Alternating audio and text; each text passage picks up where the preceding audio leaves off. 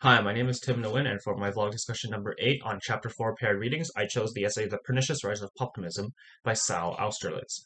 So the essay starts with the author talking about filling out their ballot for the Village Voices Paz and Jot poll, which aims to survey music critics in order to determine consensually a top 10 list of the best albums and singles. What the author notices reinforces his belief that music criticism has sort of lost its meaning nowadays. He cites a Grantland article written a few months before, where the author described himself being disappointed with the new Beyonce album. After listening to the album a few more times, the author changed his mind, come doing a complete 180 to say that he liked it. In his conclusion, he criticized people who didn't like the Beyonce album or have not seen the light, like he has, saying, "If you don't like the new Beyonce album, reevaluate what you want out of music." Austerlitz calls this kind of modern music criticism poptimism or popism for short. This kind of music criticism is full of ad hominem attacks, that is, attacks against the person rather than actual criticism of the material. To provide a few examples, the author lists a couple of hypothetical things that a poptimist might say in their criticisms.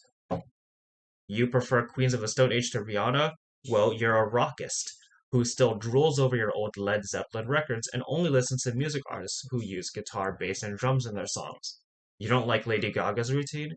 Well, you're an old person who is severely out of touch with good mainstream music. In recent years, the author notes that contemporary music criticism has been targeting people who simply don't like pop enough. To provide an explanation for why this is, the author quotes Jody Rosen, a music critic that he respects, who describes populism as a response to Rolling Stone disease, where past musicians like Bob Dylan are lauded as musical geniuses, while modern pop artists don't normally get that same kind of praise. They're just known as pop stars.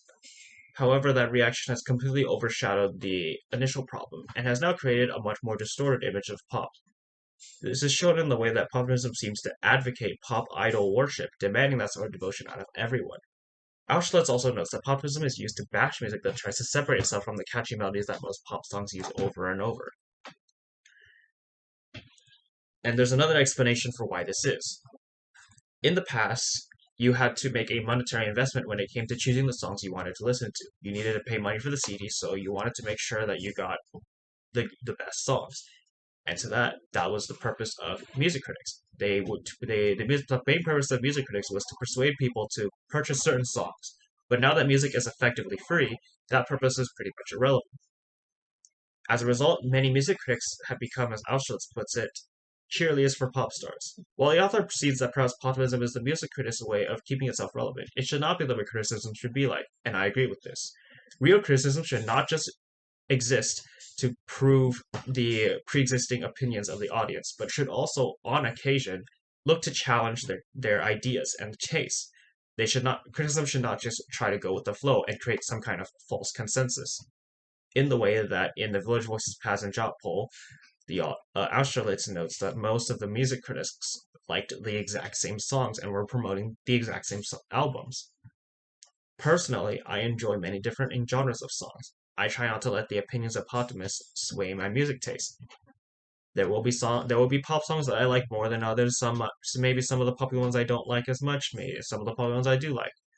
I enjoy music analysis videos where music producers actually break down and analyze the songs I like on a technical level. And through studying music theory, I understand the way that music artists put notes together to form catchy beats. In this, I can appreciate the effort that musicians go to form their sounds. And I feel like populism sort of diminishes that kind of that beauty of music by simplifying it to idol worship. I think that music is so much more than just the public image of the singer whose name is listed under the song name. Thank you.